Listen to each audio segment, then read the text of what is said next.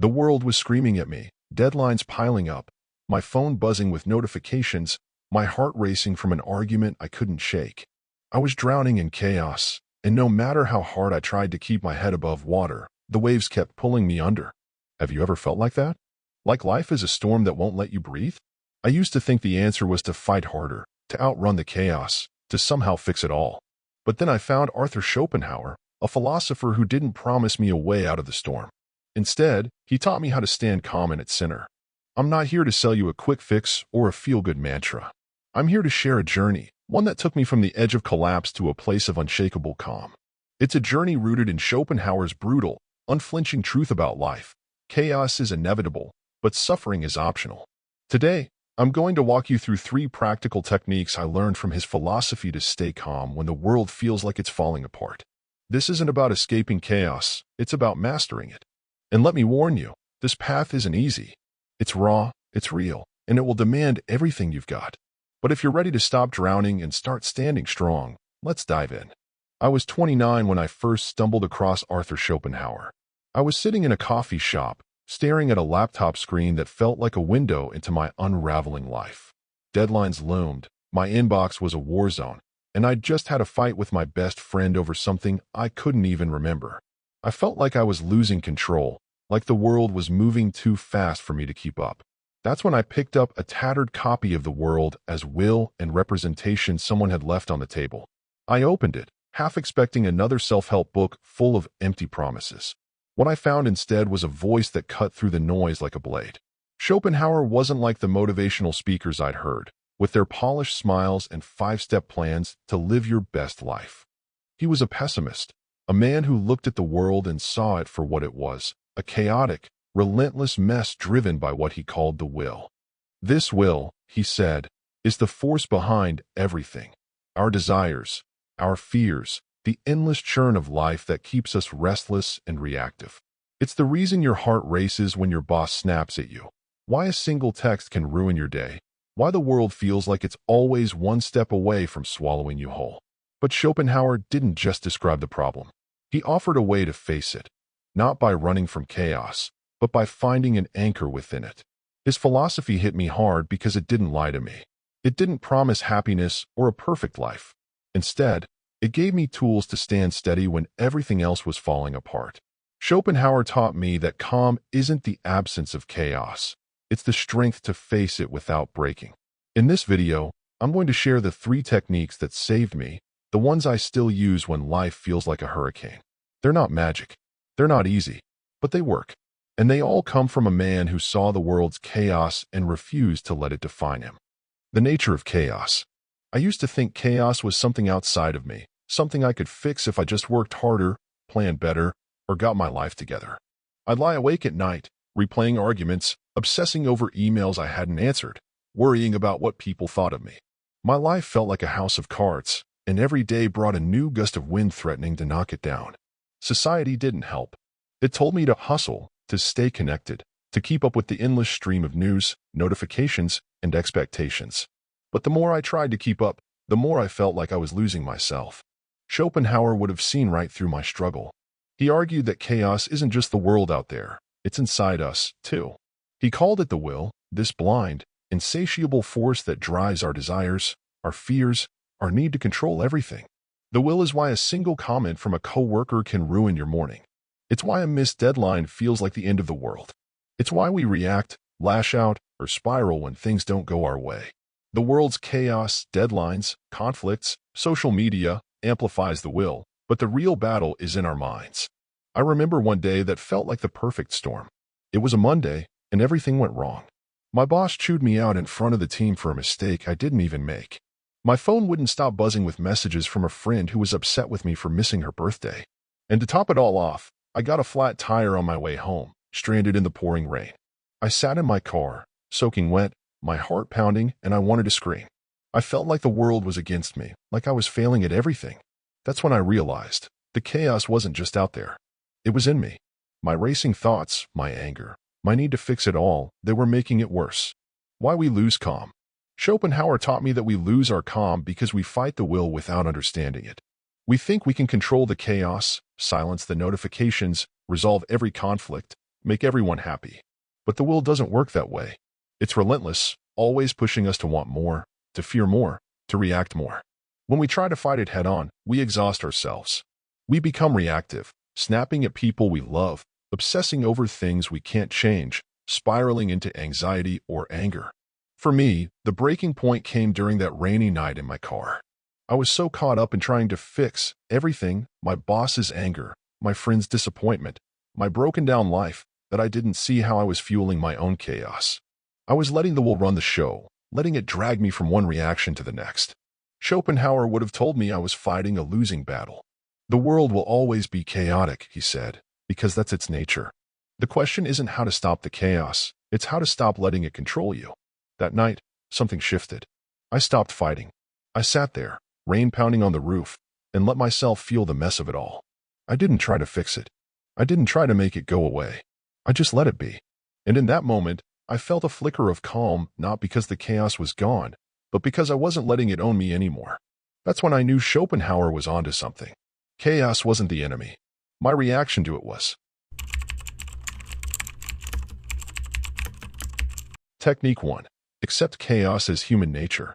The first technique Schopenhauer taught me was to stop fighting chaos and accept it as part of life. He believed that the will, the force driving our desires and fears, is the root of all chaos. It's why we feel restless, why we panic when things go wrong, why we can't sit still when the world feels like it's spinning out of control. Trying to eliminate chaos is like trying to stop the wind from blowing. It's impossible, but what you can do is change how you respond to it. For me, this meant practicing what I call mindful acceptance. It's not about giving up or being passive. It's about pausing, taking a breath, and acknowledging the chaos without letting it take over. The first time I tried this was during a heated meeting at work. My boss was tearing into me again, this time about a project I'd poured my heart into. My instinct was to argue, to defend myself, to fight back. But instead, I paused. I took a deep breath and thought, this is just the will at work. This is just life. I didn't try to fix it. I didn't try to make him like me. I just let the moment be. And you know what? The world didn't end. My boss moved on to someone else, and I walked out of that meeting with my head held high, not because I won, but because I didn't let the chaos break me. That's what Schopenhauer meant when he said we can't control the will, but we can control how we meet it. By accepting chaos, you take away its power to control you. You become the eye of the storm, steady while everything else swirls. Here's how you can try it. The next time you feel overwhelmed, whether it's a fight with your partner, a work crisis, or just the noise of the world, stop. Take 3 deep breaths. Tell yourself, this is chaos. It's not me. It's just life. Don't fight it. Don't run from it. Just let it be. It sounds simple, but it's not. It takes practice. It takes courage. But every time you do it, you chip away at the will's hold on you. You start to feel a calm that no storm can touch. Technique 2. Find refuge in art and contemplation. The second technique Schopenhauer gave me was a lifeline when the chaos felt unbearable. He believed that art, music, painting, poetry could lift us out of the will's grip, even if just for a moment.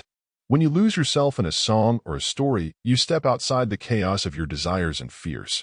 You find a space where the world can't touch you. For Schopenhauer, this wasn't just escapism. It was a way to reconnect with something deeper, something the will couldn't reach.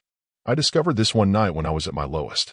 I just lost a big client at work, and my girlfriend and I were on the brink of breaking up. I felt like I was falling apart, like the chaos was swallowing me whole.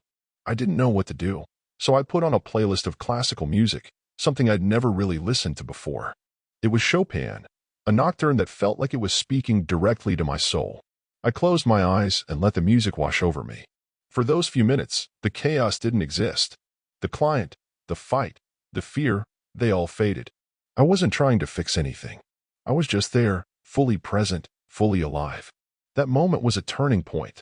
I started making time every day for what Schopenhauer called aesthetic contemplation. Sometimes it was music, Beethoven, Mozart, or even a quiet folk song. Other times it was writing, pouring my thoughts into a journal, not to impress anyone, but to make sense of myself. Once, I spent an hour staring at a Van Gogh painting in a museum, lost in the swirls of color and the raw emotion behind them. These weren't just distractions. They were anchors, grounding me when the world felt like it was spinning out of control.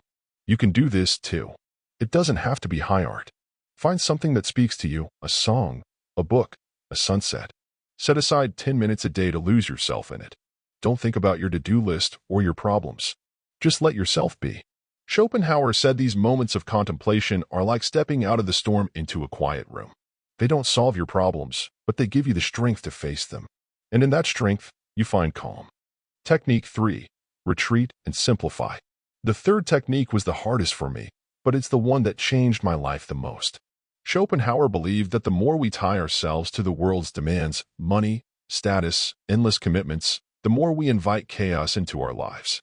His solution was to simplify, to strip away the things that don't matter so you can focus on what does. It's about living with less, not because you have to, but because it sets you free. I used to be the guy who said yes to everything. Extra projects at work? Sure. Drinks with friends I barely liked? Why not? Social media notifications lighting up my phone all day? I'd answer every one. I thought that's what it meant to be successful, to be connected, to be alive. But all it did was bury me. My life was so full of noise, emails, meetings, likes, retweets, that I couldn't hear myself think. The chaos wasn't just around me, it was in me, and I'd invited it in. Schopenhauer's words hit me like a wake-up call. The less you need, the freer you are. I started small. I turned off my phone notifications for a day, then a week. I said no to a networking event I didn't care about. I stopped scrolling through social media, comparing my life to everyone else's highlight reels. And then came the big one. I turned down a promotion. It was a job that would have doubled my salary but tripled my stress. Everyone thought I was crazy. My parents, my friends, even my coworkers, they all said I was throwing away my future. But for the first time, I felt like I was choosing my future. Simplifying wasn't easy. It meant letting go of things I thought defined me, my packed schedule, my social status, my need to be on all the time.